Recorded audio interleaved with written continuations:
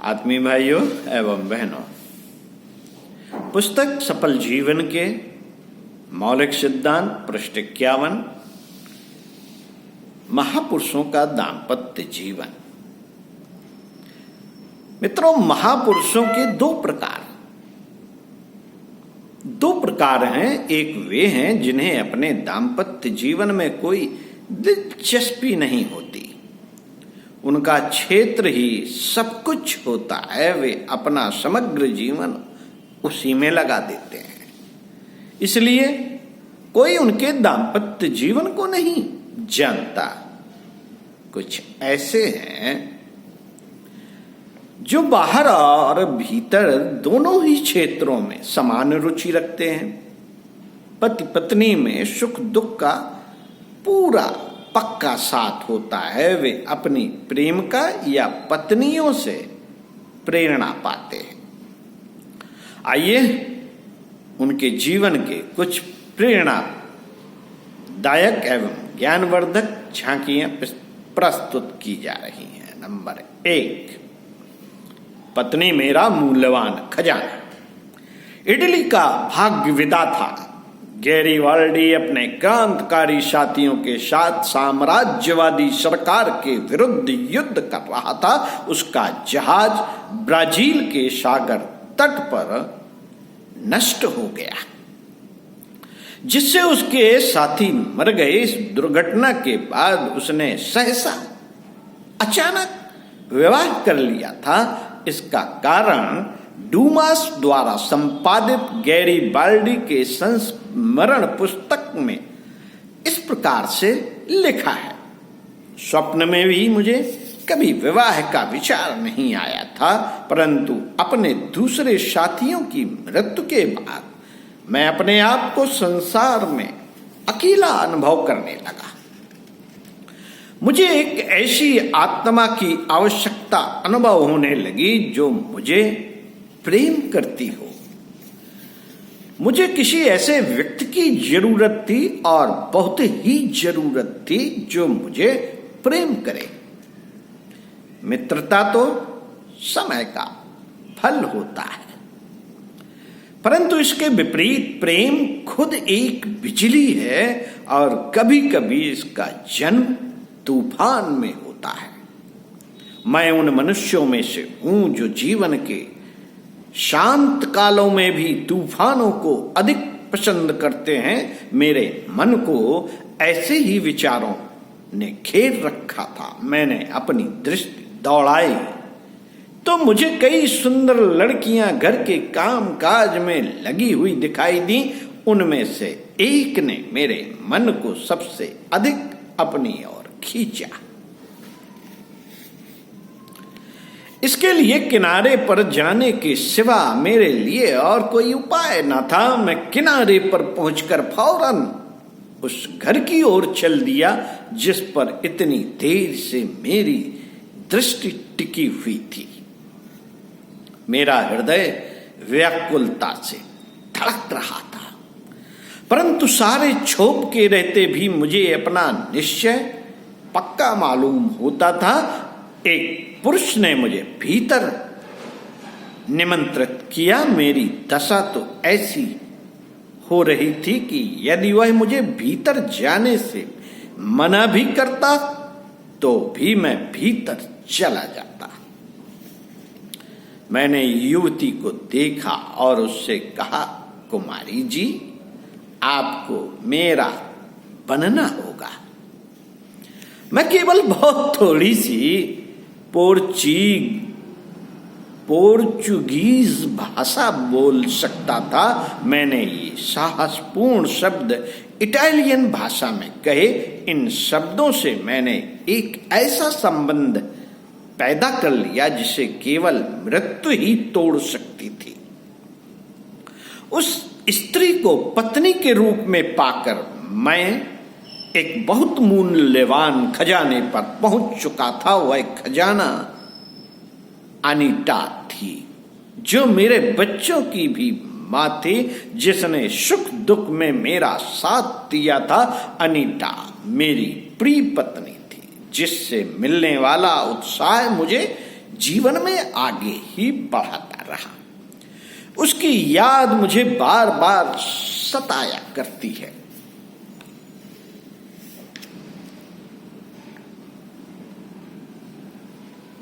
मित्रों, नंबर 2, जहां आप जाएंगे वहीं मैं जाऊंगी। सन 1912 की एक घटना है।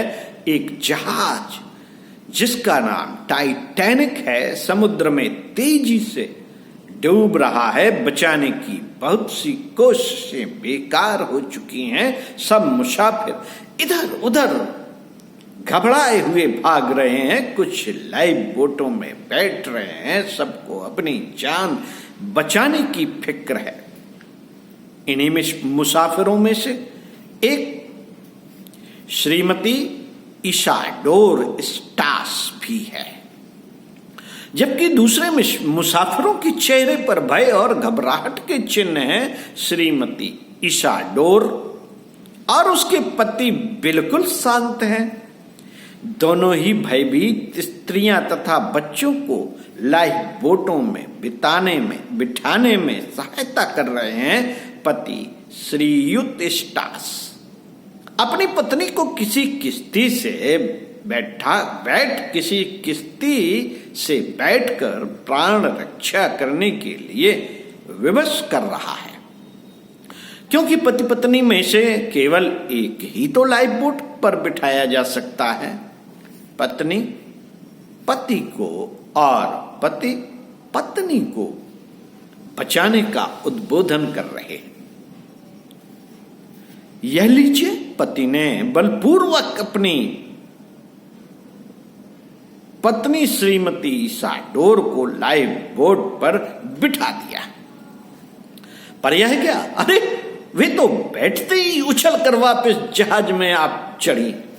उन्होंने बड़े स्नेह से अपने प्राण प्यारे पति का हाथ लिया। उसके शब्द सुनिए जो वो कह रही है। प्राण प्यारे, हम वर्षों इकट्ठे रहे हैं, अब हम बूढ़े हो गए हैं, मृत्यु में भी साथ ही रहेंगे। आप जहां जाएंगे वहीं मैं जाऊंगी। कितना प्रगाढ़ स्नेह। नंबर 3, बहुत कम स्त्रियों को ऐसा पति मिलता है। एंड्रयू जैक्सन ने अमेरिका के लाल इंडियनों को छिन्न भिन्न कर डाला था। उसने स्पेन तथा ब्रिटिश सेना को छिन्न भिन्न किया था और न्यू ऑरलियंस को बचाया था। वह समृद्ध और चिटकीली नगरी उसके चरणों पर झुक पड़ती थी। बड़े बड़े प्रसिद्ध पुरुष उसे प्रणाम करने के लिए एकत्र होते थे। सुंदर स्त्रियां उसकी सेविका होने से अपना बड़ा सौभाग्य समझती थी। उसकी पत्नी का नाम रेचल था। वह कभी सुंदरी, आनंदी और तरुणी थी। अब उम्र बढ़ जाने से वह वृद्धा, पुअर और मोटी हो गई थी। वह सोचती थी कि उस चिटकीली भड़कीली राजधानी में से ऐसे यशस्वी के साथ बैठकर उसके लिए लज्जा का कारण तो नहीं बन जाऊंगी। पति को उसने नगर की सुंदर रूप सुंदरियों के बीच में बैठे देखा। अस्तु वह आई। नगर की फैशन की तितलियां उसे देखकर चकित रह गईं। उन फैशनेबल स्त्रियों में रेचल बिल्कुल जंगली मालूम होती थी। जब उसका पति बाहर युद्ध पर था तो वह श्रम करके अपना पेट पालती थी और रातें चिंता में काटती थी। वह न केवल घर का और पशुपालन का काम करती थी, वरन कपास के खेतों, अस्तबलों और चारागाहों में जाती थी। उसके हाथ कड़े हो गए थे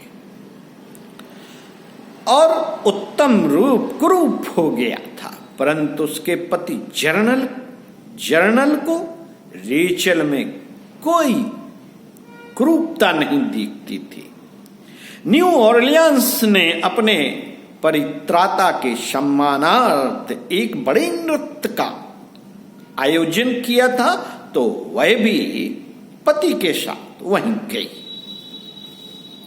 नाचने वाले युवक जोड़े प्रेम के नशे में मधुर मधुर मुस्कुराते थे, परंतु पति को प्रेम बंधन में ऐसा जकड़ा था, प्रेम बंधन ने ऐसा जकड़ा था कि कोई भी चीज उसे उस बंधन से छुड़ा ना सकती थी। तब वे अपनी जन्मभूमि शतिल्ली को लौट आए और बड़े आनंद और शांति से दिन बिताने लगे। उसका पति उसका पूजन करता था। दोनों अंगीठी के पास बैठकर बातें करते थे। 35 वर्ष तक उसका पति ऐसा भक्त बना रहा कि बहुत कम स्त्रियों को ऐसा भक्त पति पाने का सौभाग्य प्राप्त होता है। मित्रों, नंबर 4, प्रेम भरी उत्कृष्ट भक्ति। डिज़रायली ने 33 वर्ष की आयु में 40 वर्ष की तुच्छ विधवा के साथ विवाह किया था। उसके लिए यह अनमोल विवाह भी पूजा के स्वर्ग और स्थायी कोमलता का आश्रय था। वह विधवा मेरियन निरक्षर थी, परंतु उसमें उत्तम बुद्धि थी। वह उचित राजनीतिक परामर्श देती थी और लड़ाइयों में उपयोगी साथी थी। उसकी हल्की बातों से डिज़रायली का मनोरंजन होता था और थकावट दूर होती थी। मेरियन वस्तुतः अपने पति को परमात्मा समझती और उसकी पूजा करती थी। अपने पति को घर की और नौकरी की चिंता से बिल्कुल मुक्त करके रखा हुआ था। पार्लियामेंट में सवेरे के 5 बजे तक वाद विवाद के बाद घर आकर डिज़रायली देखता था कि उसके स्वागत के लिए मेरी एन ने बिछौने से उठकर लैंप जला रखा है और अंगीठी में आग जल रही है। कभी कभी वह रात को उसके लिए खाना लिए घंटों प्रतीक्षा में रहती थी। उसने भी पत्नी को इस भक्ति का कभी निरादर नहीं किया। उसके लिए वह भोज में भी जाने से इनकार कर देता था, जो पार्लियामेंट में उसकी जीत पर दिया जाता था।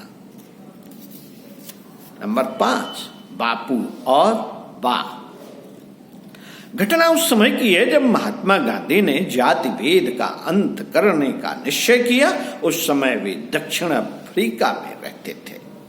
अपने निश्चय को कार्यान्वित करने के उद्देश्य से उन्होंने हर जात के व्यक्ति को अपने यहाँ बुलाना प्रारंभ किया। बा सबके बर्तन साफ करने को तैयार हो गई, पर ईसाइयों के बर्तन छूने से उन्होंने इनकार कर दिया। इस विषय को लेकर उन दोनों में बहस होने लगी। महात्मा जी जितना बा को समझते थे या समझाते, वे उतना ही विरोध करती। क्रोधावेश में गांधी जी ने उनका हाथ पकड़कर घर से निकालते हुए कहा, यदि तुम्हें यह काम नहीं करना है तो यहां से चली जाओ। और वे द्वार बंद करने लगे। कस्तूरबा ने हाथ छुड़ाकर घर के भीतर प्रवेश करते हुए कहा, तुम्हें शर्म नहीं आती? तो मुझे तो आती है। तुम ही बताओ, मैं अकेले कहां जाऊं? पति पत्नी का संबंध अटूट और अविच्छेद है। वे दंपति धन्य हैं जो एक दूसरे में हार्दिक अनुरक्ति रखते हुए जीवन आदर्श के निकट पहुंचते हैं। संसार के विचित्र क्षेत्रों में धर्म, समाज, राजनीति के संबंध में परोपकार कार्य करना महानता का द्योतक है, पर यदि उसी महानता का परिचय हमें अपने गृहस्थ जीवन में दे सके, पर यदि उसी महानता का परिचय हम अपने गृहस्थ जीवन में दे सके, तो यह निसंदेह हमारे उस गौरव को द्विगुणित करने वाली बात होगी। प्रेम, आत्मीयता, संवेदना जिस क्षेत्र में भी प्रयुक्त होगी वहीं सुफल, अच्छे फल सामने आएंगे, जबकि अहंकार की प्रत्येक क्षेत्र में आक्रामक प्रतिक्रिया ही होगी। अतः साथियों, हमें अपने अहंकार को नहीं, प्रेम को चुनना चाहिए। प्रेम ही परमात्मा का द्वार है, प्रेम स्वयं ही परमात्मा है। प्रेम जहां है वहां सफलता, समृद्धि, संतोष, शांति, शालीनता, सौम्यता, सुख और सौभाग्य है। लेकिन प्रेम और अहंकार को साथ साथ पालने की व्यर्थ कोशिश नहीं करनी चाहिए। दोनों एक साथ कभी भी नहीं रह सकते। यदि अहंकार बहुत प्यारा है तो प्रेम से विदा ही लेनी चाहिए। यदि प्रेम जीवन में मूल्यवान, महत्वपूर्ण प्रतीत होता है तो अहंकार को समाप्त कर देना चाहिए। दोनों में से एक को ही अपनाया जा सकता है। पंडित श्री राम शर्मा, आचार्य। ओम शांति शांति। पुस्तक समाप्त।